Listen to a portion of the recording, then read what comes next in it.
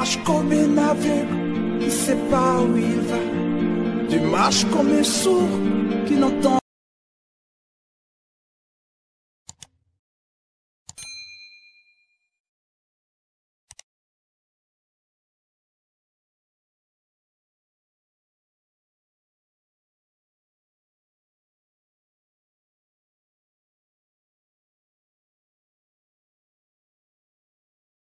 Bientôt. On va finir ce point aujourd'hui.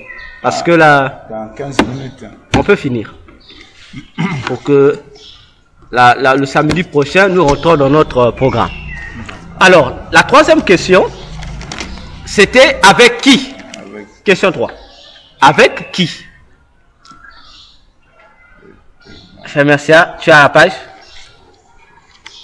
Troisième question, c'est avec qui? Le nom d'abord. Avec qui? Alors, le Seigneur dit ceci. Comme nous rappelons, nous répétons ce que le Seigneur a dit et par la suite, nous essayons de décortiquer, d'expliquer. Troisième question, le Seigneur dit avec qui? Il dit ceci. Veillez surtout aux collaborateurs qui travaillent avec vous dans ma moisson. Les uns sont la vie et les autres la mort. Le Seigneur s'arrête là. En ce qui concerne l'explication de cette question. En fait, cette question, la réponse. Il dit ça, c'est cette phrase, je reprends. Veillez surtout aux collaborateurs qui travaillent avec vous dans ma moisson. Veillez surtout aux collaborateurs qui travaillent avec vous dans ma moisson. Je reprends. Veillez surtout aux collaborateurs qui travaillent avec vous dans ma moisson. Les uns sont la vie et les autres la mort. Voilà les déclarations du Seigneur à propos de cette troisième question. Je pense qu'ici, chacun de nous peut avoir un mot. Oui? Non, c'est mon cadet. Ah. Chacun de nous peut avoir un mot à dire. Bien, bien. Concernant l'explication, s'il faut expliquer en fait ces déclarations du Seigneur. Bonjour. C'est celui qui était là. Voilà, maintenant on commence, le pasteur reste le dernier. On commence, Frédéric, à toi d'essayer d'expliquer aux bien-aimés, ceux qui vont nous suivre et à nous tous ici, ce que tu comprends, parce que tu as déjà anticipé, tu as dit que cette question est capitale. Alors, nous écoutons. Explique-nous ce que tu as compris dans cette parole déclaration de Jésus. Il y a des fois, parfois, on fait le chemin. Parfois, on s'associe avec des frères ou encore tu as le ministère. Tu t'associes avec un frère, vous êtes là en train d'œuvrer, en train de marcher. Mais il y a parfois des frères sorciers qui est là. Il a ses totems à lui, alors vous êtes là ensemble. Lui, en train d'influencer le peuple de Dieu. Au lieu de bénir, il maudit. Donc, c'est un peu ça. Des fois qu'il n'a pas le Saint-Esprit, vous êtes ensemble, ce serait toujours contradictoire. Vous finirez toujours par se séparer. Ok. Ça, merci.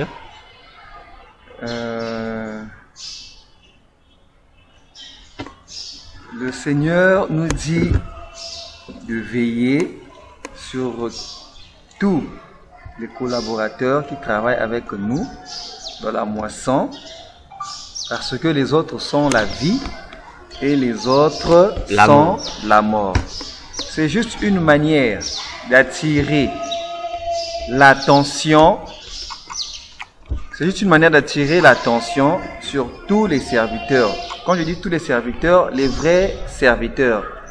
Parce que le Seigneur nous avertit dans le livre de Matthieu, chapitre 24, où il dit « Plusieurs faux prophètes s'élèveront et ils séduiront beaucoup de gens. » Donc ça veut dire que dans la moisson, ça serait possible pour nous d'œuvrer aussi avec ceux qui seront dans le ténèbre.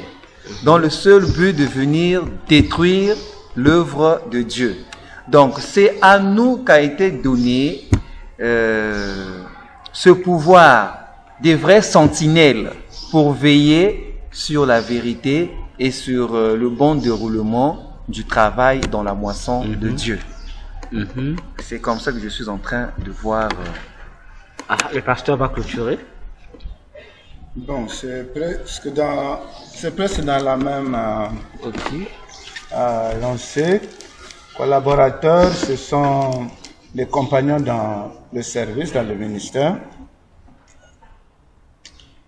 Et déjà d'emblée, je me pose la question, de qui viennent-ils finalement ceux-là qui sont de la mort? Parce que si je vois la vie, Jésus nous dit c'est lui la vie. Et si Jésus est la vie, donc la mort ne peut qu'être celui de l'autre côté. Donc il y en a ceux qui vraiment appartiennent à Christ. Par contre, il y en a d'autres qui sont des messagers de Satan, du diable, et qui risqueront justement de ternir votre œuvre, votre message, votre ministère, si seulement que vous le faites confiance d'une manière aveugle. Donc, dans la naïveté, on confie des responsabilités de charge, on se fait confiance, mais alors celui sur qui tu mets ta confiance, entre parenthèses, n'est qu'un Judas. N'est qu'un Judas. Qu'est-ce qu'il fera? Justement, c'est de te trahir pour te détruire et détruire le ministère. Donc, il faut veiller. Veiller veut dire aussi faire attention, contrôler, surveiller, aussi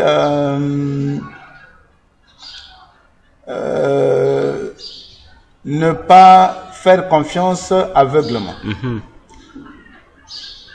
Voilà un peu ce que je pourrais dire. Alors, concernant l'habit, c'est l'habit, non? On parle de l'habit, non? Concernant le vêtement, c'est le vêtement que le Seigneur a mis en parallèle, c'était le pectoral. Le pectoral ou encore pectoral du jugement. Ici, ça concerne le pectoral. Oui. Le point que nous avons. Oui, la question 3, le pectoral du jugement. Ah, le pectoral. Hein? Oui, le pectoral du jugement. C'était la cuirasse, Bon, pectoral. Maintenant, ici, j'explique. Là, c'est pas le Seigneur n'a pas expliqué sur le vêtement. Il le mettait juste de côté. Là, maintenant, nous expliquons le pectoral, c'est quoi? Prenons Exode 28, versets 28 à 29.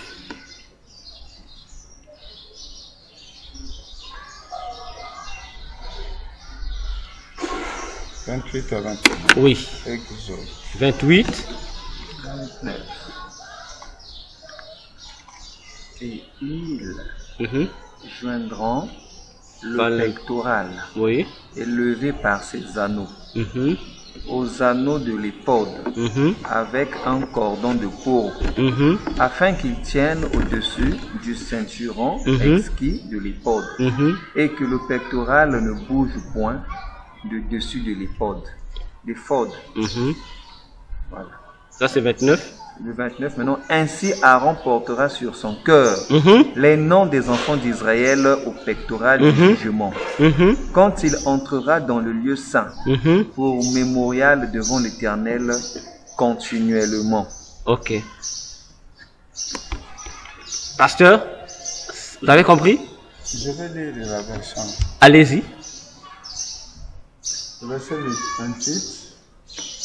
On attachera le pectoral par ses anneaux aux anneaux de l'éphod avec un cordon bleu afin que le pectoral soit au-dessus de la ceinture de l'éphod et qu'il ne puisse pas se séparer de l'éphod.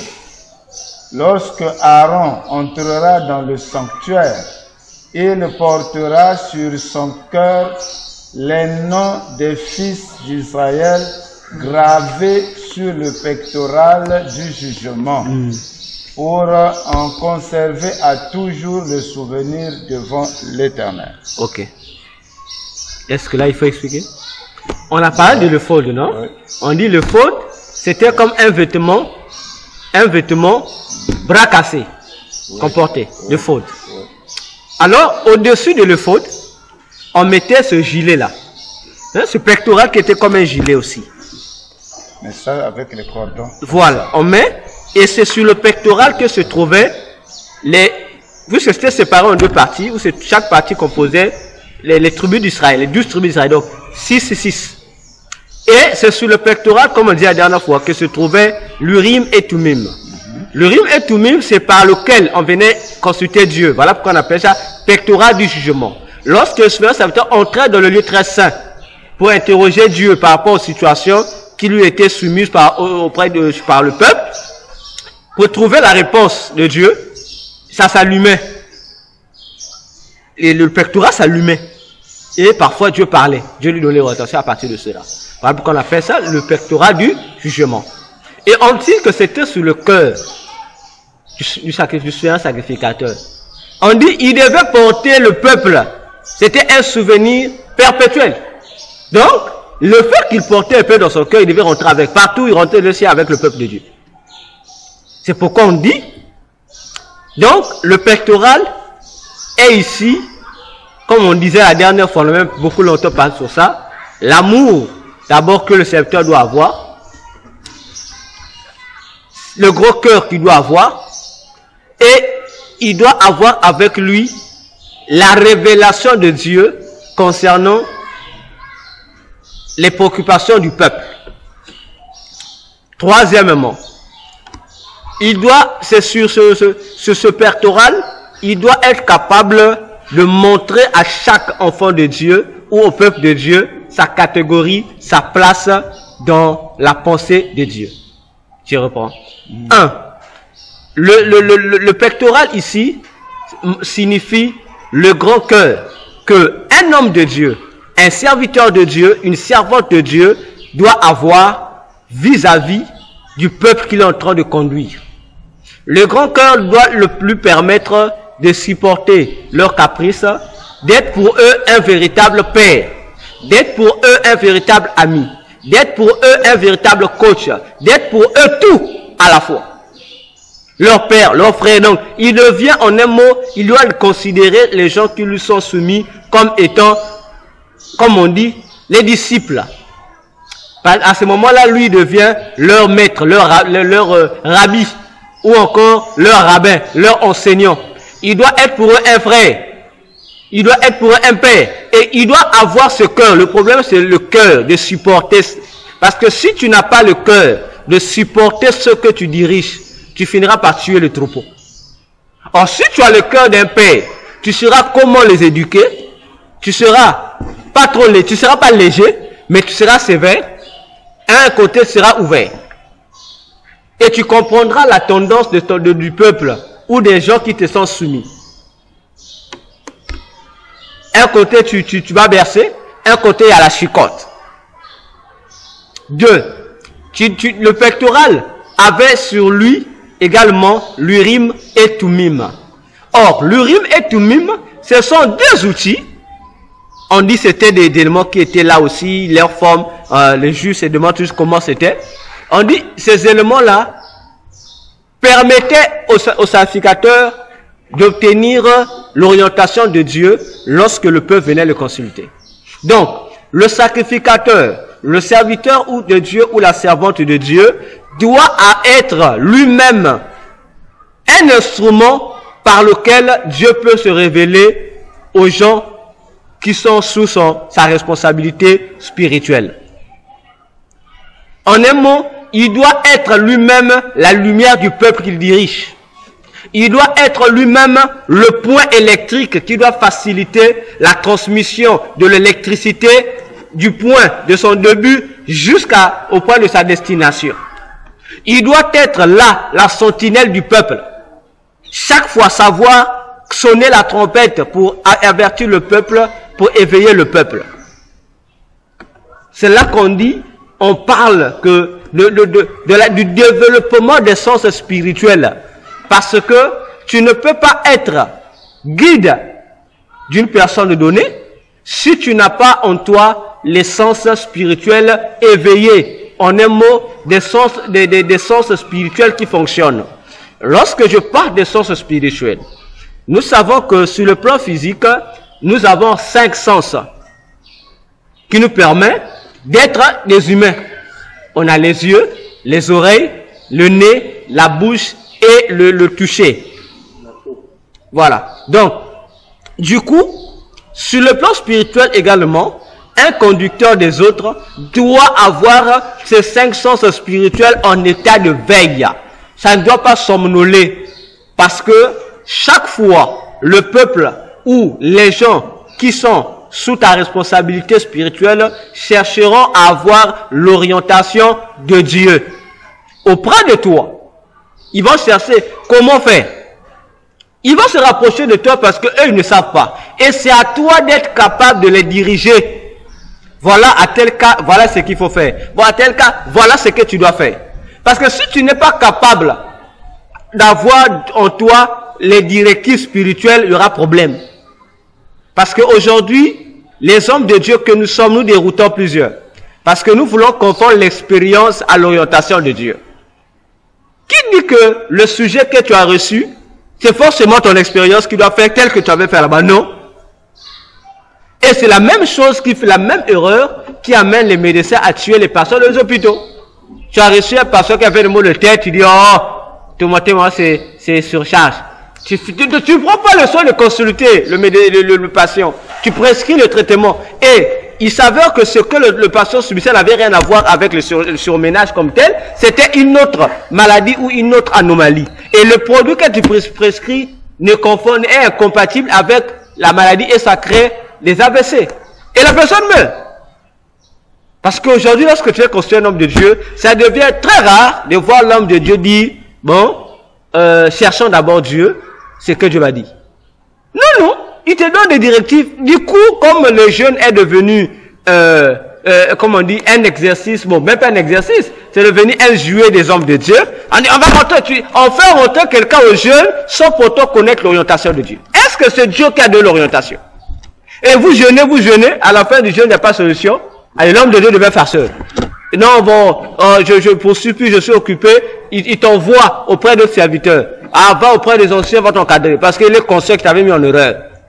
Il est important et obligatoire à un homme de Dieu sérieux de toujours consulter Dieu devant la situation qui est en face de lui. Même lorsque la personne va te voir, pendant que la personne t'expose des problèmes, au fond du cœur, prie Dieu, vraiment, je remets, parle.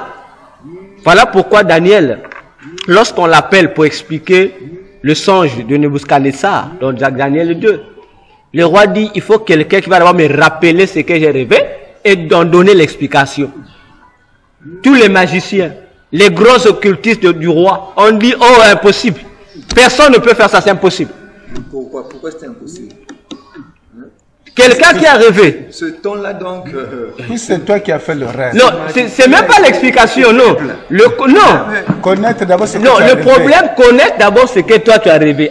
Après expliquer. Je peux expliquer. Mais aujourd'hui, les astrologues, c'est ce qu'ils passent... On va te dire pourquoi. Pourquoi ils n'ont pas pu. Parce que, lorsque tu entends les rois des Nebuchadnezzar, c'est pas papa. C'était un dieu, un demi-dieu.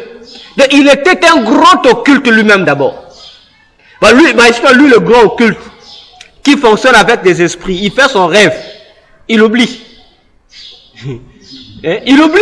C'est le plan de Dieu. Tu vois, non, il oublie. C'est Dieu lui qui donne. Donc, on peut comprendre ce sens. Donc, c'est Dieu qui avait voulu qu'il... Oui, pourquoi? Pour manifester sa gloire. C'est là où on explique, non? Le songe qu'il reçoit, ça ne vient pas de son esprit. Ça ne vient pas du monde des ténèbres, ça vient de Dieu. Si ça venait de son esprit, les magiciens avaient la faculté d'expliquer ça. Qu'est-ce que les féticheurs, les magiciens font? Tu viens le voir, non? Ils prennent le démon qui agit en eux. Ou encore, ils prennent leur propre esprit. C'est-à-dire, moi je suis sorcier, magicien, le pasteur ne soit me consulter. Ok? Je vais ouvrir la parenthèse là. Qu'est-ce qui se passe dans l'occultisme? C'est pourquoi les enfants de Dieu, vous tous qui nous suivez du monde entier, lorsqu'on vous interdit d'aller consulter les féticheurs, les magiciens, les astrologues, les médiums, vous pensez que nous nous amusons. Déjà, tout astrologue, tout médium, tout celui qui a un temple ou une maison de consultation spirituelle satanique, comprenez déjà que dans sa maison-là, il a mis des lois. Donc, toi, dès que toi tu viens le consulter, tu mets ton pied touche sa maison, tu es soumis à ces lois à lui. Donc tu es, comme on dit, pris en otage par les esprits sur le bas. Donc tu es sous son contrôle absolu. C'est pourquoi lorsque tu viens, il a deux options. La première, les esprits qui travaillent avec lui vont lire ton esprit parce que tu es déjà sous l'alliance de ces démons-là. Donc tout ton corps, ton âme et ton esprit sont maintenant sous le contrôle de ces esprits-là. Et ils ont la possibilité de lire tout ce qui est dans ton âme et dans ton esprit, dans ton corps. Donc tout ce que tu as fait, puisque c'est enregistré au niveau de ton esprit. Donc eux, ils lisent ça. Donc ils prennent la boîte mémoire de ton esprit, ils lisent ce qu'il y a là. Ah, tu viens parce que... Voilà. Ou encore... Non, que les morts là-bas, voilà. tu comprends pas. Voilà. Deuxième option, il n'envoie pas les esprits. Il prend son propre esprit à lui. Donc il sort de son corps, il prend son esprit, il connecte ton esprit à son esprit. Et la connexion, vous pensez que l'internet c'est nouveau? Ça a quitté le spirituel. Ça veut dire qu'on se connecte, comme on dit, je prends mon câble spirituel, je connecte à ton esprit. Donc, tout ce que toi tu vas penser là, moi aussi je reçois ça. Je capte ça.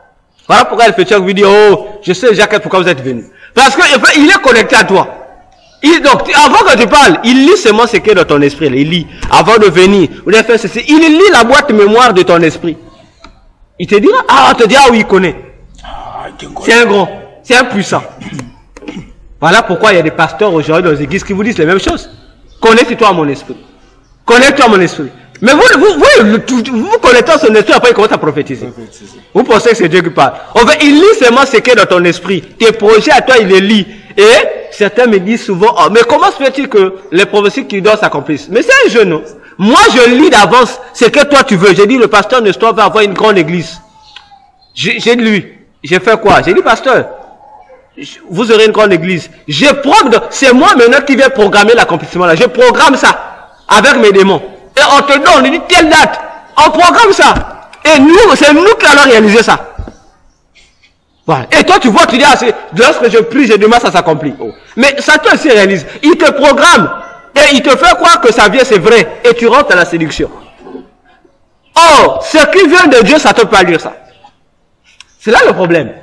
Voilà pourquoi les magiciens ont dit au roi Nebuchadnezzar, que ça veut dire ça. Parce que ça ne venait pas d'un démon. Ça ne venait pas de l'homme, ça venait de Dieu. Dieu a donné ça au roi. Il ne faut pas dire, il va dire ça comment? Qu'est-ce que Dieu fait? Pour les humilier. Dieu fait dire ça dans la tête du roi. Dieu enlève. Mais maintenant, vous, montez allez au ciel, rentrez dans la pensée de Dieu pour décortiquer ça. Daniel vient. On dit à Daniel, c'est toi qui explique. Daniel dit quoi? Non, non. Il dit, roi, pas moi. Il est clair. Il dit, roi, ce n'est pas moi. Mais c'est le Dieu qui est au-dessus de tous les dieux, qui révèle les choses qui sont cachées. Il dit, laissez-moi le temps. Alors que Daniel avait ce don d'expliquer des songes et des rêves.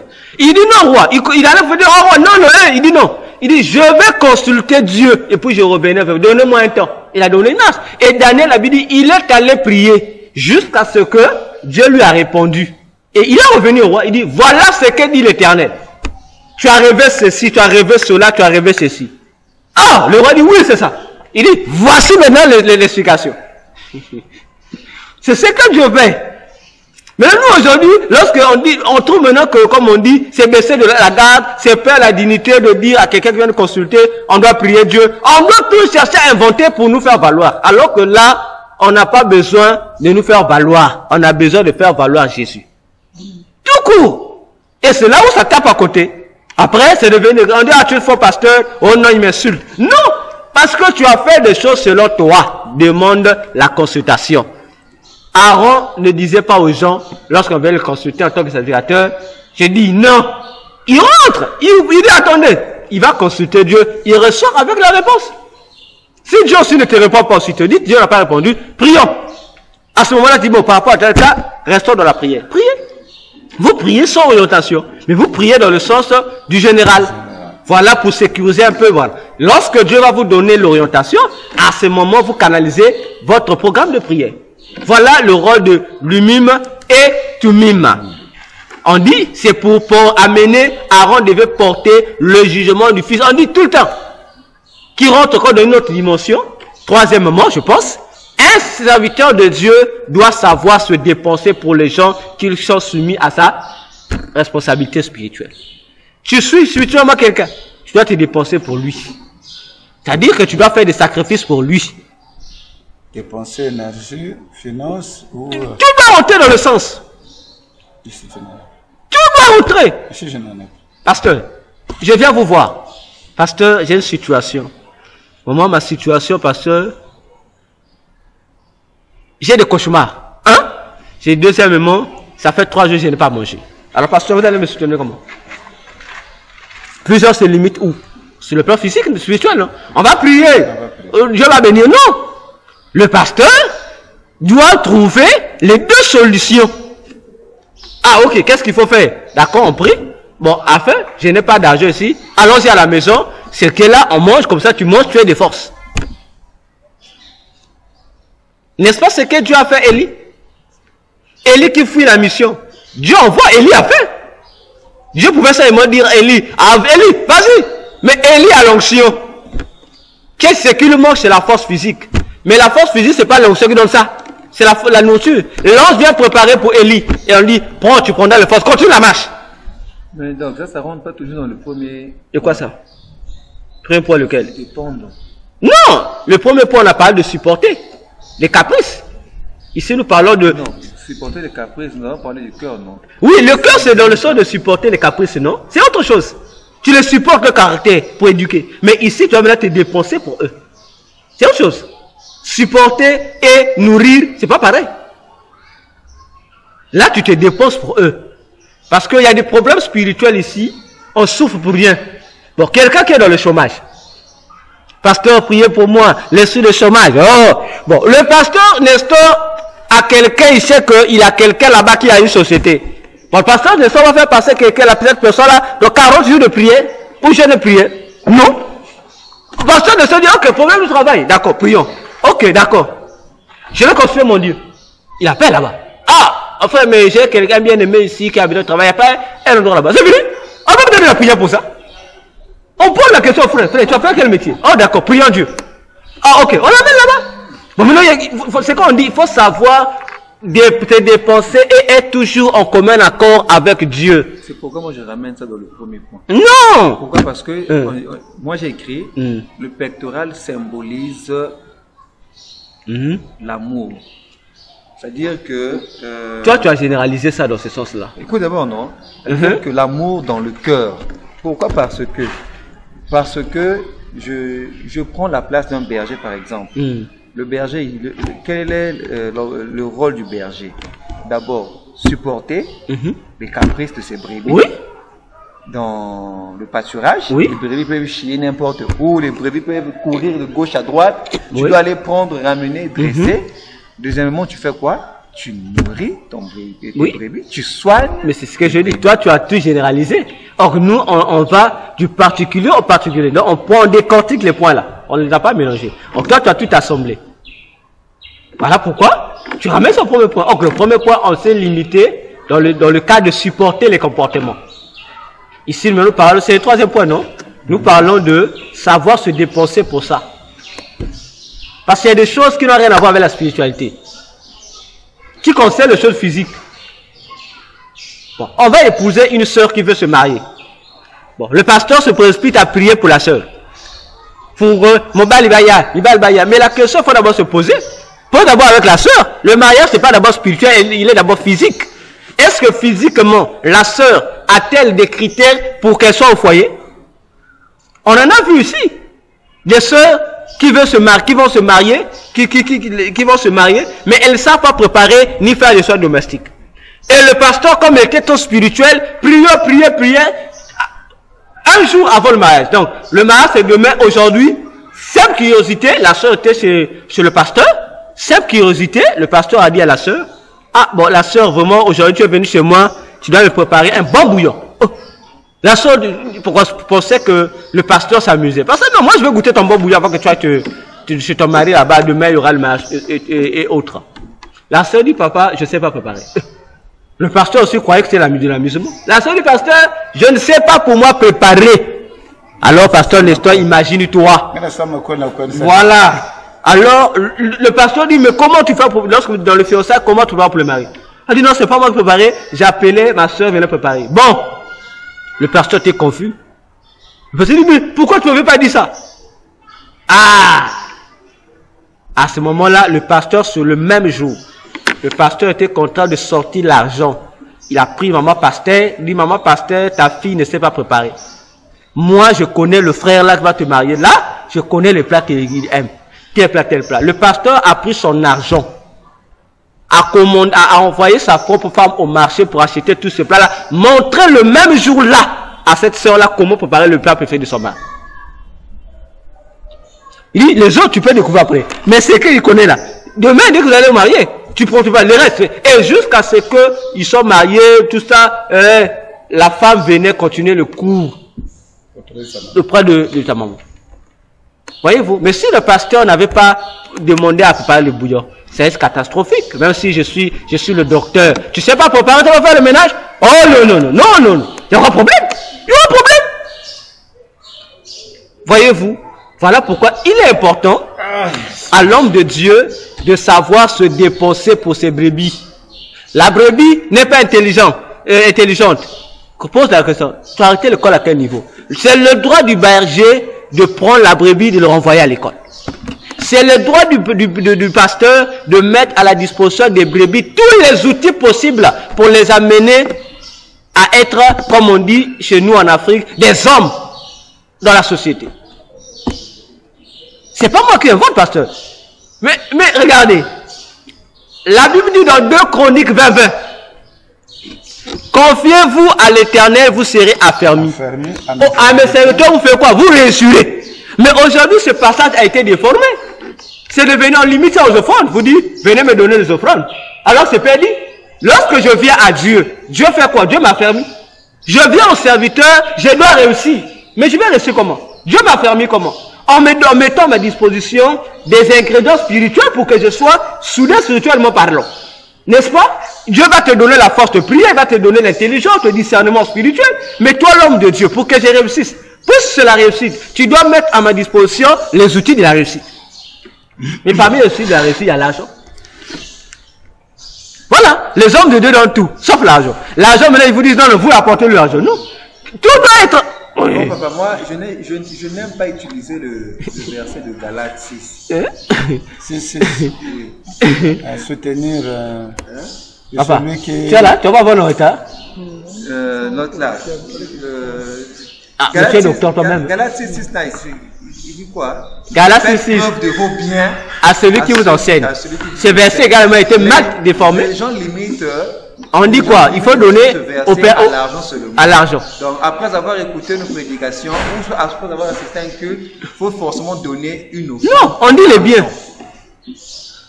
Vois ce qui. On parle des biens. Fais part de tes biens. Donc, comme si tu fais comme un don. La reconnaissance. La reconnaissance de ça. La reconnaissance. Merci. Voilà. En fait, tout ce qu'on peut avoir. On peut avoir comme bien. Oui, hein. Oui, voilà, tu es dans ce sens-là. On limite ça seulement. Oh non, la Bible c'est bon. Là, faites part de vos biens à ceux qui vous enseignent. Donc, prépare, je sais pas, l'offrande de tout ça. Donc, les gens ne se limitent seulement à l'argent. Voilà, donc en disant ça, pour comprendre que le pasteur ne doit pas seulement se dépenser matériellement ou verbalement, par des conseils, mais il doit également mettre des outils efficaces. L'argent rentre en jeu, le frère vient, il a besoin d'un projet, tu poses. Alors on va prier, Dieu va ouvrir les portes. Non, pasteur. Oui, Dieu va ouvrir les portes. Mais toi, pasteur, par rapport à son projet, en attendant que Dieu ouvre les portes, tu peux déjà mettre à sa disposition un fonds de caisse pour lui permettre de financer son truc. Si le pasteur n'en a pas, un père fait quoi à son enfant? Si papa, l'enfant vient dire, papa, voilà, il y a tel examen à faire à l'école, demande tel argent. Le père va dire, l'enfant, j'ai pas l'argent, tu ne feras pas l'examen. C'est là où on dit, le papa doit se casser la tête pour que l'enfant réussisse. Et c'est le côté qui manque aujourd'hui aux églises. Les églises sont limitées au soutien moral, au soutien spirituel. Mais le soutien physique, on ne gère plus. Alors que c'est comme ça que vivaient les apôtres lorsqu'on lit la Bible. Jésus n'a pas seulement nourri spirituellement, il nourrissait physiquement. Il dit, vous avez quoi? Moi, j'en ai pas, vous avez quoi ici? Ah non, bon, non. À partir du peu qui est là à l'église, le pasteur voit comment il peut multiplier cela pour faire que les gens soient nourris. Est-ce que ça rentre en compte ce que dit Acte 4, qu'ils mettaient les biens ensemble? Acte 4 là, ça fait partie de la communion fraternelle. Non, certains vendaient leur... Oui, pour donner aux autres, pour que les autres soient. Vous voyez, la communion fraternelle existe, mais combien a plus forte raison le berger, qui est le père de tout ce monde qui fait ça? Si les enfants sont capables de mettre les biens pour qu'on s'en partage, mais le père doit faire quoi? Il doit faire plus. C'est dépensé pour ça. Alors si les églises rentraient dans cette optique, on ferait que l'église sera puissante. Voyez-vous, aujourd'hui en Europe, il y a des églises qui ont décidé, qui se décident. Ils disent, bon, notre pasteur, nous on ne veut plus que tu vas travailler. Bon, les serviteurs n'allaient plus travailler. L'église prend une décision, vous serez payés, nourris, véhiculés, tout par l'église. Pourquoi? Pour vous permettre de vous consacrer entièrement à votre œuvre. C'est pas la magie. Toute l'église s'en charge. Et vous avez un budget. Chaque année, il y a un budget pour les serviteurs auxquels l'église prend soin. On dit, ah, tes serviteurs brillants. Tu fais quoi? Oh non, moi je travaille. Combien de travail là-bas? Viens, on t'embauche. En dehors de ça, ce n'est pas les dîmes de l'offrande encore. Non. Ça, c'est un côté qui n'a rien à voir avec les dîmes. On dit, nous, le travail que tu devais faire, l'argent devait gagner là-bas. Nous, on te paie ça ici. Et du coup, le pasteur, les serviteurs sont focalisés. Donc, tu ne travailles que donc. L'église t'a embauché 2 fois. Donc là, tu n'as pas de raison à donner. On dit que toi, le pasteur, donc tu dois être à l'église tous les jours. On doit trouver là. Du matin au soir, ton activité est là. Donc tu quittes l'église lorsque tu finis toutes les fonctions. Tu rentres chez toi. Demain encore, à ce moment-là, monsieur, on t'appelle pasteur, il y a qu'à ici, tu diras pas, je suis occupé. Non, non, non, parce que tu es ici. Et il y a même, et ils appellent ça des pasteurs permanents. Ils embauchent même. Il y a des églises en Europe, il y a des églises, on peut voir dire, bon, nous ici, on a tel centre. On a créé pour former les gens. On a besoin des pasteurs, on embauche des pasteurs. Il dit, il y a un pasteur disponible. Bon, pasteur, tu as quel pays? Bon, nous, on va t'embaucher. Tu vas commencer à suivre les cas de notre église. Est-ce que tu es disponible? Vous entendez? Oui, et on te paye. Donc, lorsqu'il y a un cas là-bas, il t'appelle, pasteur Nestor. Quel cas ici? Toi, tu suis les cas. Et eux, ils continuent à autre chose. Ils font comme le Pierre en fait, de Acte 6. Nous, on s'occupe seulement de la prière et de la parole. Vous vous occupez des choses là. C'est comme ça. Et si l'église remettait cette dimension, nous serons des églises fortes et puissantes. On n'aura plus les bien-aimés qui vont fuir l'église. Il faut souligner quelque chose. Voilà. Savoir se dépenser pour les brebis. Voilà. Mais ne pas se limiter à... Mais c'est ce que nous disons, non? Tout en insistant sur l'enseignement de la... Non, ça ne peut pas manquer. Mais c'est ce qu'on dit. Dans tout, tu mets tout à leur disposition. Tout, on a bien dit tout. Parce qu'il ne faudrait pas que les brebis se disent, bon, le pasteur va se défoncer pour nous. Mais non, ça c'est... Non, ça c'est... Non, ça n'a rien à... Voilà. Le berger, voilà. La responsabilité aussi, la brebis. Quand le pasteur se dépense, la brebis aussi se dépense. Non, le pasteur qui se dépense doit expliquer. Je te donne cet argent pour ton commerce. Tu lui expliques. Dans ton commerce, voilà, pour progresser. Apporter à Dieu. Voilà. Tu expliques. Non, apporter à Dion, ça c'est autre chose même. Toi, tu dois l'aider à réussir. Ça c'est une autre option. Dans l'option à réussite. Maintenant, en retour, tu dois leur montrer, moi je fais ma part pour que tu réussisses ça. Maintenant, si tu veux maintenir ta réussite, c'est là où on dit, sans Dieu, tu ne peux pas avancer. Sans Satan, tu ne peux pas avancer. C'est là où on dit terre à terre que tu dois forcément avoir un soutien spirituel d'une divinité. Sans Dieu, tu ne peux pas avancer. Tu ne peux pas réussir, sans Satan, tu ne peux pas avancer. Là, nous rentrons dans le cadre parce que on ne doit pas se limiter dans l'aide de la réussite physiquement. Physiquement, il y a des points, il faut travailler, oui. Mais il y a aussi des lois spirituelles qui dirigent ça. Tu peux être intelligent, bon, tu travailles, on te paye des millions, mais tu ne te retrouves pas. Tu es toujours pauvre. Tu dis, mais j'utilise le coaching, tous les conseils possibles. J'ai à ma disposition les grands coachs, formateurs, tout ça, mais comment ça marche pas chez moi? En tout cas, à ce moment-là, c'est maintenant une affaire de spiritualité. Dans cette affaire de spiritualité, on n'a que deux camps. Soit tu as Dieu, soit tu as Satan. Voilà pourquoi tous ceux qui se disent athées nous trompent. Il est athée, mais il appartient à telle secte, il est dans telle loge. Il sait.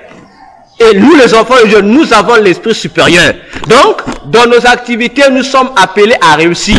Et je suis toujours contre les chrétiens qui limitent la réussite d'un enfant de Dieu. Ah, quand nous on prie, on ne peut pas atteindre tel niveau. Ça, c'est les païens qui doivent atteindre. C'est écrit où? C'est écrit où? Le chrétien, tu dois exceller à tous les niveaux. 1 Thessaloniciens 4, le verset 1 nous dit, Dieu veut que nous marchions de progrès en progrès. Bon, mais toi, le chrétien, tu vends ton pain, je me limite là. Ah, mais, non. L'argent est mauvais, l'argent est démoniaque. Voilà comment l'ignorance. Alors qu'on en a besoin à l'église. Voilà. Alors, l'ignorance nous tue. Il se limite là. Et c'est pourquoi on va remarquer dans les églises, si on voit les activités que font les enfants de Dieu, surtout en Afrique, vous serez déçus. Ils sont toujours dans des petites activités. Mais, non, ça c'est le diable. Oh. Pourquoi le diable? Parce qu'en fait, c'est lui. Il n'est pas intelligent. Il ne sait pas comment fonctionner avec le Saint-Esprit. Si aujourd'hui, on avait des chrétiens qui avaient des usines ici, mais il y a certaines choses que le monde de ténèbres fabrique, ne devait pas rentrer. On interdit les gens, il faut lui mettre les parfums. Non, parfum, c'est carrément démoniaque. Dans les clubs, je suis dans le groupe, pasteur. Mais dans le groupe là, j'entends, on m'a traité, on m'a dit que je suis l'agent du diable. Il y a l'un de groupe là, on m'a dit, non, tu es l'envoyé du diable. Alors que la Bible nous dit, tout est sanctifié au moins de la prière. Je leur ai dit, même parfum ta tête. Papa, Matthieu 6, 17, on dit non, les produits de beauté démoniaques. Je leur ai dit non. 99% de ce que nous faisons dans le monde vient du monde de Satan. Maintenant, dans ce qui appartient à Satan, il y a deux cas. Le premier cas, il y a des choses qui sont côté naturel. Satan met seulement une puissance occulte dedans. Il y a des choses qui ne sont pas naturelles, qui sont conçues spécialement pour les agents de Satan. Donc, ce qui est simplement qu'on peut utiliser, tu peux prier. La potion, l'influence satanique quitte. Mais ce qui a été conçu spécialement pour Satan, tu ne peux pas enlever ça. Donc, je me dis, le nom de Jésus peut tuer ça. Ah, pasteur, on m'a dit, tu es maudit, tu es fou. Comment tu dis le nom de Jésus est incapable? Je leur ai dit, le nom de Jésus est incapable de purifier une telle chose qui est conçue par Satan et pour les agents de Satan. Le nom de Jésus va faire quoi avec? Même si tu... C'est pour eux. C'est pour eux, c'est pas pour toi. C'est comme l'histoire, j'ai vu un petit diable au paradis. Voilà comment on se moque de Dieu. Donc ça, c'est une doctrine, une nouvelle doctrine, comme on dit, une nouvelle sémence qu'on va mettre dans la tête des enfants de Dieu. Un petit diable au paradis. C'est-à-dire un diable en enfer qui ne supportait pas seulement, c'est-à-dire pas torturer ceux qui mouraient dans l'état du péché. Puisque quand tu mets en état de péché, le diable te persécute, non? Mais non, ce diable-là en enfer, il ne supportait pas de voir qu'on puisse torturer les humains et tout ça. Jusqu'au point où on lui a parlé d'un second monde, une autre dimension où il y avait ces choses-là n'existaient pas.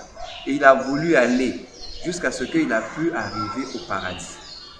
Arrivé au paradis là-bas, il a fait comprendre que moi en enfer, c'est pas ma place. Il est rentré par là. Voilà. Là-bas, c'est pas ma place. Moi, en tout cas, je voulais visiter ici et j'ai aimé, je veux pour moi rester ici, là. Mais pour rester là, déjà, on connaît l'image que les gens donnent au diable. Tu as des cornes, tu as une queue. Alors que les anges de Dieu n'ont pas cette image. Les anges de Dieu ont les ailes et ils ont une auréole sur la tête. Finalement, lui, il ne pouvait pas rester au paradis avec son physique. On fait quoi? On change de physique. À la place des cornes, on lui donne une auréole et on transforme ses ailes noires, ça devient des ailes toutes blanches là. Et il devient un démon qui vit maintenant au paradis. Voilà comment on se moque de Dieu. Une manière de dire que le nom de Jésus peut changer toutes choses. Alors que c'est faux, ça ne change pas toutes choses. Pasteur, vous allez au marché, ok? Vous achetez votre poulet. Normalement, vous priez, non? Vous amenez votre poulet à la maison. Vous mangez votre poulet, non? On dirait, pasteur, le poulet a été vendu par un agent de Satan. Vous allez faire quoi? Vous allez prier, non? Je sache s'il avait un compté dessus. Je vais chasser N'est-ce pas? Le poulet devient sanctifié. Maintenant, si on vous dit, pasteur, le poulet, là, tu pas le poulet, c'est la chair humaine. Tu vas l'acheter ça? Dis jamais dans la maison, le nom de Jésus, ça va pas sanctifier ça. Ça va pas sanctifier. Ça restera chair humaine. Ça va pas sanctifier ça. Et lorsque vous expliquez ça aux chrétiens, on te traite de démons, on te traite de tout, comment tu rends le nom de Jésus incapable. J'ai dit, oh, mais vous savez pas, vous qui parlez de ce groupe-là, vous savez pas qu'il y a des choses ici dont Dieu est capable. Oh, pasteur, on m'a dit que blasphème. Tout est possible à Dieu, il est tout puissant. J'ai dit oui, il est tout puissant, mais il y a des choses que Dieu est incapable de faire malgré sa toute puissance. Les gens m'ont largué, je leur ai dit, dites-moi, Dieu, il est tout puissant, Dieu peut-il mentir? Tout court. J'ai dit, si Dieu peut mentir, ou Dieu peut-il pécher? Il dit non, mais pour respect de sa parole, il ne peut pas faire. D'accord, j'ai dit, il ne peut pas, non? Donc jusqu'à ce qu'on va recréer le monde, Dieu ne fera pas ça. On dit, Dieu est incapable. Il ne peut pas faire, il est incapable. Donc dire que Dieu est incapable de faire ça ne veut pas dire que j'ai réduit Dieu à zéro. Il est incapable, il ne peut pas pécher. Il ne peut pas pécher. Convertir un talisman en quelque chose voilà. qu'un chrétien peut utiliser. Comment? Le talisman, c'est déjà quelque chose, soit une bague dans laquelle on a mis tu peux pas esprit impur. Toi, tu es allé acheter ce talisman. Voilà. Bon, pasteur sanctifie ça. Pour purifier les esprits qui sont dans ce talisman. Pour commencer à bien utiliser. Impossible. Qu'est-ce que tu vas faire avec le talisman? Voilà. Tu vas mettre le Saint-Esprit dedans pour remplacer le Saint-Esprit dedans. Voilà. Lorsque vous expliquez des choses simples, voilà, les gens te trouvent que toi qui viens, certains de groupe me trouvent des démons. Oh, tu es infiltré. Oh. J'ai dit, faisons la part des choses cette terre. Pasteur, qui ici va me dire, peu importe l'onction qu'il a, s'il prend un livre magique, l'incantation, il va prier pour ça que ça devienne un livre normal. Mais on a des livres ici, des philosophes qu'on utilise à l'école, non? Des livres ici qu'on utilise à l'école, non? Des chansons qu'on prend même des textes, des poésies, on fait ici à l'école, non? Mais nous, utilisons ça dans le sens moral. Mais ces poésies-là, certaines de ces poésies-là sont des poésies occultes. Le magicien qui utilise ça dans le monde occulte sait de quoi il parle. Mais nous, on pense à l'autre sens. C'est comme de certains vêtements articles que nous utilisons. Il y a certains, on peut prier, l'impact peut quitter. Il y a certains, on ne peut pas prier. C'est pourquoi, lorsqu'on fait les délivrances d'un agent de Satan, un sorcier, les objets occultes, pourquoi on ne garde pas ça? On dit, on brûle. Ou encore, on dit, on leur remet ça. Et il y a même des conféries occultes qui vous disent, bon, quand tu as quitté notre secte, viens remettre le truc. Ça a été ça faut remettre. Les autres, pourquoi ils demandent ça? Parce que même si tu pries, jamais ces livres occultes ne deviennent des livres corrects, jamais l'élément qui a été construit pas. Tu vas prendre le parfait joli soir, qui est conçu pour les démons et pour les agents de Satan, tu vas dire, bon, au nom de Jésus, même 1000 ans, lorsque tu mets ça, le démon qui est là, cette reine qui est là, va te posséder. Et on va seulement te dire, la finalité, il faut faire quoi? Prends, jette, brûle. J'étais encore jeune, très jeune. Voilà. Mon grand frère était dans la rose, quoi. Et comme j'aime bien lire, voilà. Surtout dans ma jeunesse, j'aimais bien lire. Et donc je prenais, sans qu'il ne sache, sans lui demander, je prenais les livres, je lisais, ça m'intéressait, il y avait des thèmes qui étaient développés là-bas, vraiment ça m'intéressait. Finalement, un jour, il vient me trouver avec un des livres. Il l'arrache avec colère, il dit, je t'interdis de lire. Voilà. Je t'interdis de lire ce livre. Mais pourquoi toi tu le lis si c'est pas bon de le lire? Voilà. Il dit, bon, après il s'est refroidi, il dit, voilà.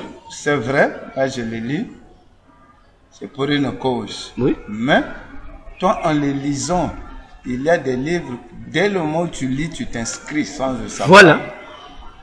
Dès le moment seulement où tu es en train de lire, tu t'inscris sans le savoir. Et donc, ça n'attend pas que tu écrives là-bas. Moi, je voilà. Non, non, tu es rentré. Et de l'autre côté, j'avais lu un livre où on a expliqué la prière de notre Père. Voilà. Vraiment, il a expliqué, ils ont expliqué. J'ai dit, waouh! Mais moi, je ne savais pas que c'est comme ça. J'ai relevé, j'ai recopié tout ce qui était écrit. C'était à Brazzaville. Oui. J'ai tout recopié. Et dans mon cahier, je suis revenu à Pointe-Noire. Quelques jours après, j'ouvre le cahier, là, je n'ai plus retrouvé ce que j'avais écrit. Voilà. C'est parti? J'ai fouillé, j'ai dit non, je n'ai jamais arraché des feuilles ici. Mais ça doit être là, mais comment ça n'est plus là? Voilà. Vraiment, jusqu'aujourd'hui, jusqu'à ce que j'ai jeté ce cahier-là, voilà. Je n'avais plus retrouvé. Parce que tu n'étais pas initié à ça. Si tu étais le leur, moi, ça devait rester. Mais toi, le profane, tu as pris, et ils reculent. Non, c'est pas pour toi, ils prennent. C'est comme ça. Et j'ai dit à ces gens du groupe, quand vous dites, il faut pas tout faire, ils me répondent, ils ont dit, on ne peut pas sanctifier quelque chose qui appartient à Satan. Ils ont quelle preuve? Non, on a suivi un témoignage d'un monsieur qui est allé en enfer. On lui a dit que tu es venu en enfer. C'est un chrétien, il priait, tout ça, il marchait dans la sanctification. Il est tombé en enfer. Le démon lui dit, tu es ici parce que tu buvais une boisson qui nous appartenait. Oh. Lui dit, mais moi je ne prends pas de la boisson alcoolisée. Dis-moi, je prends le jus. On dit, le jus là, c'était pour nous. Voilà ce qui t'a amené ici. Et le démon lui dit, oh, le jus. Il dit, mais je priais. On dit, oh, on ne peut pas sanctifier ce qui appartient à Satan. Ils m'ont balancé ça. Je lui ai dit, d'accord. J'ai dit, et le démon qui vous a parlé là, et c'est lui qui a rapporté le témoignage, c'est pas sa faute. Il a été trompé. J'ai dit, et vous qui souhaitez, vous êtes en erreur, le démon vous a trompé. J'ai dit, d'accord, j'ai dit, je reste dans votre onglet, on ne peut pas sanctifier ce qui appartient à Satan. N'est-ce pas? D'accord. J'ai dit, 80% des appareils électroniques que nous utilisons proviennent de Satan. J'ai dit, je vais citer, l'Android que tu utilises dans le groupe, si c'est l'ordinateur, ou si c'est le téléphone, ça appartient à Satan. J'ai dit quoi encore? J'ai cité, j'ai dit tous ces éléments-là. Les véhicules, j'ai dit d'ailleurs même le taxi que nous utilisons. Le mot taxi, c'est le nom d'un démon qui a été pris pour connaître pour ce qu'on appelle le taxi. J'ai dit Mercedes, c'est le nom d'un démon. La plupart de ce nom de véhicules-là, que ce soit des marques électroniques, c'est pour les démons. Ça dit, ça appartient à Satan, non? J'ai dit dans ce cas, n'utilise plus le téléphone que tu utilises pour communiquer, c'est aussi.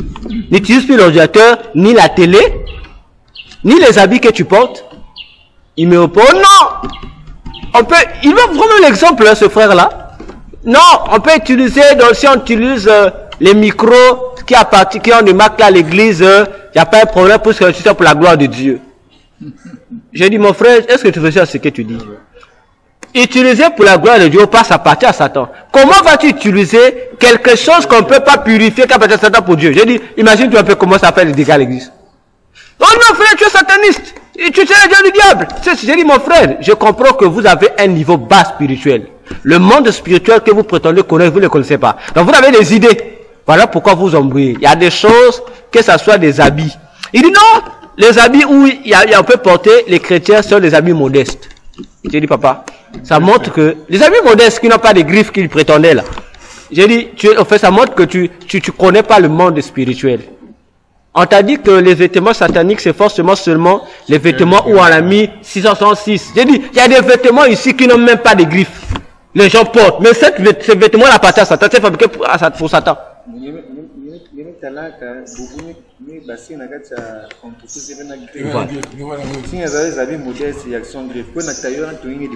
Mais même si il y a des putas, il n'y a pas dans les pannes là, parce que les gens ne font pas attention. Prenez les pannes, vous allez voir des symboles occultes dans les pannes. Même le panne, voilà. Plus encore même les pagnes. Parce que les Africains ils disent quoi? Nous, on ne prend pas les vestes des Blancs, les Blancs nous détruisent les body, nous c'est les vêtements des pannes. Mais c'est que les Africains ont oublié, c'est que prenant les pannes, on va voir beaucoup de symboles occultes dans les pannes, auxquels les gens ne se rendent même pas compte. Même si non, il dit qu'il y a la mauvais, ni des saints, ni qu'il y a la boubouangue. Surtout aujourd'hui, tout le monde fait s'habiller en panne. Mais les symboles qu'on met là, les gens ne se rendent pas compte. Quelle est la signification de ces symboles-là? Et la plupart sont des symboles occultes qu'on met là. Mais les gens ne se rendent pas compte. Donc du coup, j'ai dit à ses frères, dans ce cas, comme tu dis que il faut éviter ça. Et sinon le verset, non, ne vous conformez pas au siècle présent. Non, j'ai dit mon frère, mais qu'est-ce que tu dis? Le téléphone là, c'est pour quel siècle? Oh. J'ai dit, mais tout ce qu'on dit au siècle présent, non. J'ai dit, ne déformez pas les versets bibliques. Il cite encore Jean 2, n'aimez pas le monde. J'ai dit, mon frère, n'aimez pas le monde. Mais Dieu est venu sauver quoi? Jean 3,16, le monde. Il t'a sauvé. J'ai dit, en fait, tu comprends même pas ce que tu dis. Parce que le monde dont Jean interdit, vous faites dire à Jean ce que Jean n'a pas dit. Jean est précis. Il cite, il dit la convoitise du monde. J'ai dit, mon frère, toi tu marches où? Tu es dans le monde, non? Ce que tu manges, ça provient d'où? Tu n'es pas dans le monde. J'ai dit, pourquoi vous voulez faire la confusion dans les passages bibliques? Vous sortez tel par son contexte, vous dites faire dire ceci. Ça défend, j'ai dit, dans ce cas, il faut marcher nu, reste comme Adam a été créé au début. Là, on va croire que vraiment tu portes pas les vêtements, tu n'utilises rien, reste comme ça. Voilà. Tellement qu'ils continuaient, ils avaient des acolytes qui veulent soutenir leurs bêtises. J'aurais dit que je vous gère pas parce que vous êtes des égarés. Donc, voilà un peu le problème, revenons sur notre problème sur savoir se dépenser. Parce que c'est le pectoral du jugement. La réussite se trouve entre les mains des serviteurs de Dieu, à tous les niveaux possibles. Je crois qu'on peut sauter ça. À moins sur une question, on passe à la dernière question. Non, avant qu'on passe à la dernière question.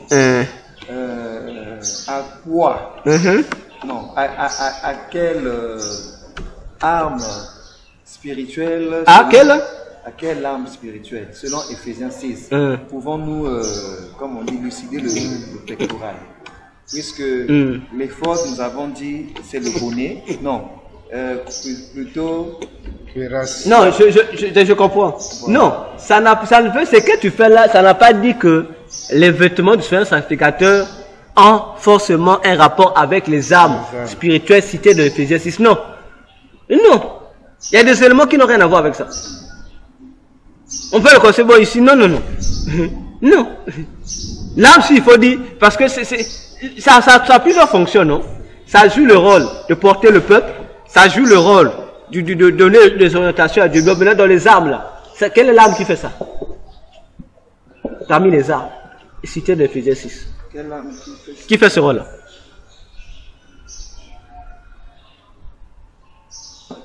Ça sera résumé par le Père de l'Esprit.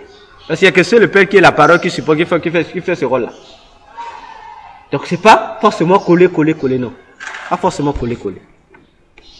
Voilà. On peut passer? J'avais déjà réfléchi à ça, je n'avais pas trouvé. Oui, il n'y a pas concordance. Et même lorsqu'on fait comprendre aux gens les armes que Paul a utilisées, citées là, c'est pas toutes les armes de Dieu. Les gens ne comprennent pas. Oh, comment ça? C'est pas tout. Paul a cité certains. Et il a cité certains en comparaison avec les vêtements d'un soldat romain. Quel soldat romain? Qui fait partie d'une légion. Parce que l'armée romaine a plusieurs catégories. Voilà. Il y a des armes que Paul n'a pas citées là-bas. Donc c'est ça. Paul cite certains. C'est comme lorsqu'il cite les démons. Il n'a pas cité tous les démons. Il a cité certaines catégories. Il n'a pas tout cité. Voilà. Et il n'a pas parlé du javelot, par exemple. Il n'a pas parlé, voilà, comme tu dis. Il y en a beaucoup des armes. C'est le sens là. Alors, quatrième question. C'est la question où. La quatrième question, c'est la question où. Où avec accent. Parlons du lieu. Où avec accent. Où? Je peux dicter? Le Seigneur dit ceci. Cette question détermine l'endroit et le peuple. Cette question détermine l'endroit et le peuple. Cette question détermine l'endroit et le peuple vers qui je vous envoie. Vers qui je vous envoie. Cette question détermine l'endroit et le peuple vers qui je vous envoie. Ok? Tout peuple possède une zone d'habitation. Tout peuple possède une zone d'habitation. Tout peuple possède une zone d'habitation. Et cette habitation est leur maison. Et cette habitation est leur maison. Cette habitation est leur maison.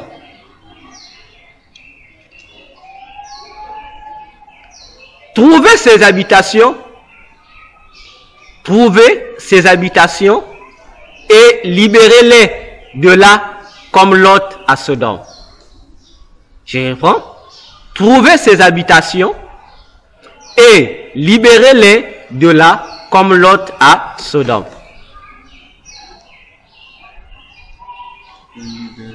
Oui. Et libérez-les de là. Et libérez-les de là comme Lot à Sodome. Point.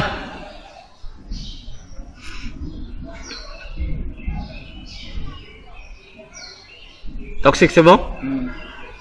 Alors, Fabel, tu peux nous expliquer? La phrase du Seigneur là. Tu peux nous expliquer? ce que tu pousses un peu. Non, on est ici dans le partage. Voilà, on est dans le partage, on essaie de comprendre ce que le Seigneur a dit. Alors, est-ce que tu as un mot à nous expliquer en cette phrase-là? Est-ce que tu peux nous expliquer? Vous parlez ici de ce qui concerne la délivrance? Non, pas nous. Nous, on répète ce que le Seigneur dit. Il pose la question. Où? Parce qu'on parle de 5 questions du commencement d'une vision ou d'un ministère. Et le Seigneur a commencé à poser, dit, il faut, le titre là c'est quoi? Comment? Là, pour les questions là. Comment reconnaître, non? Comment reconnaître son ministère? Voilà. Pour reconnaître son ministère, le Seigneur dit, il faut se poser 5 questions. Maintenant, la 4e question, c'est où? La première question, c'est pourquoi? Deuxième question, c'était. Deuxième question, comment? Comment reconnaître votre vision? Exercer. Comment exercer cette mission-là? Troisième question, c'était. avec qui? Avec qui? Faire cette mission. Et la 4e question, où? Et le Seigneur répond, il dit, cette question détermine l'endroit et le peuple vers qui je vous envoie. Tout peuple a une habitation, et non, tout peuple a une zone d'habitation, et cette habitation est leur maison. Trouvez ces habitations et libérez-les de là, comme Lot à Sodome. Non, c'est une étude que nous faisons ensemble, en fait. Comme un partage. Un partage. Non, je n'ai pas encore d'idée. D'accord. Donc, frère merci, tu as une idée? C'est un partage, en fait, chacun comprend, et c'est un peu de. Nous complétons, quoi. Pasteur, vous avez une idée? Bon, pas une idée, votre mot. Idée, c'est trop bas.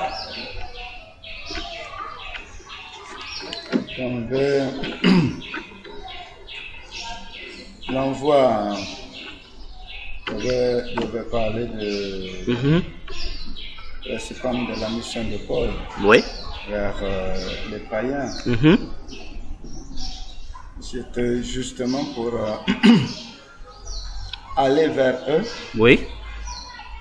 et les sortir de là. En les sortant de là, ce n'est toujours pas synonyme de les déplacer, mais les sortir dans les mauvaises habitudes, dans les coutumes,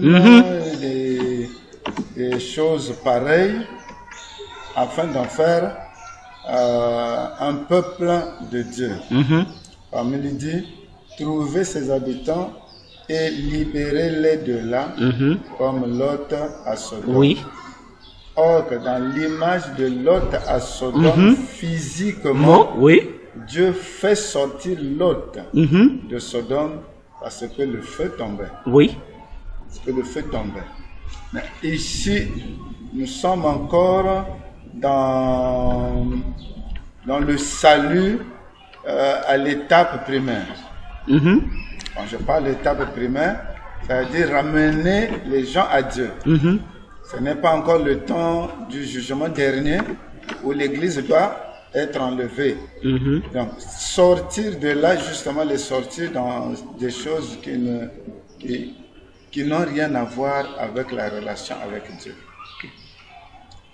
Pour les ramener à Dieu. Jamou? Mon mot vient juste se soutenir. C'est que le pasteur a dit, hein? Le pasteur a dit. Tu fais comme Koussou? Non, j'ai dit seulement ce que... Non, c'est l'idée que j'avais dès le départ. C'est l'idée que j'avais dès le départ. Parce que dès lors où on prend Matthieu 28,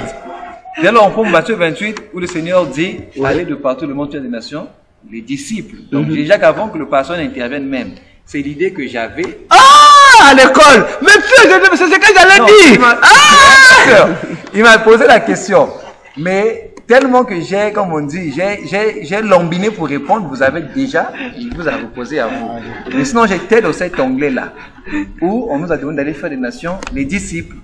Donc, ça vient quelque part soutenir ce qu'a dit le pasteur. Ok.